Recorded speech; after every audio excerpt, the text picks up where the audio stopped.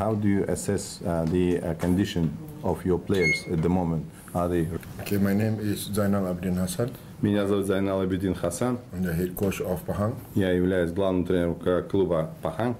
First thing, I like to thank the home team because a very good home welcome.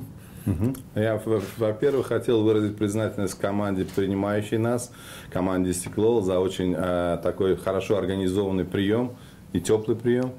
And I like to congratulate both teams who are qualified for the quarterfinal of the AFC Cup. А также я хотел поздравить обе команды, которые смогли выйти в четвертьфинал Кубка АФК. And my team target here is to give a best fight, and of course we want to make history for my football team to qualify for the next round. Наша команда будет в этом предстоящем матче бороться, оказывать сопротивление, и мы надеемся, что мы сотворим историю. То есть впервые для Малайзии наша команда сможет выйти в полуфинал Кубка АФК. In the ground, I got to look it.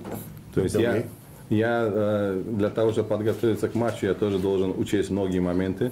First of all, this is my first time my club go this far. Во-первых, наша команда впервые за свою историю пробилась в четвертьфинал Кубка АФК. And we never play with any country like first thing Tajikistan or Uzbekistan in the league level. Мы еще до этого никогда не встречались с командами такими как из Таджикистана или Узбекистана на вот этом уровне. For me, for my team to come here, we got to give a full respect for the home team. И поэтому мы уважаем команду из Стекло, которая принимает нас сегодня здесь. So for me here, I want the player to be more disciplined because this is an international level of football. Приветствовать всех вас, я думаю, и в стране, и вы, и мы соскучились по большому футболу.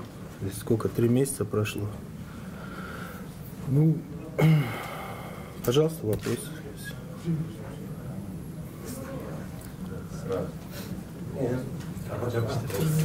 Сейчас весь Таджикистан в ожидании праздника, то есть победы Стеклова. А вот вы как тренер, как считаете, команда Паханг это проходная команда или же все-таки придется потрудиться? Нет, трудиться, конечно, всегда приходится. Тем более на такой стадии слабых соперников не бывает. Несмотря на то, что последние игры Паханг проводит неудачно. Но на такие игры всегда игроки соберутся. И я думаю, завтра будет хорошая, сложная, тяжелая встреча.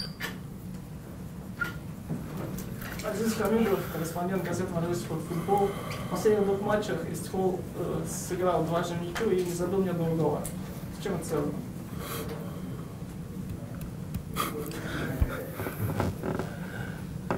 Ну, это...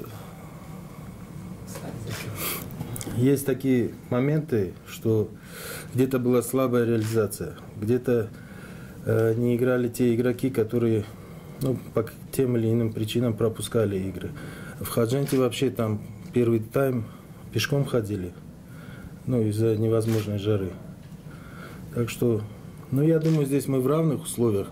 Клуб Паханг тоже 3 последние встречи проводит неудачно, если вы следите за этим.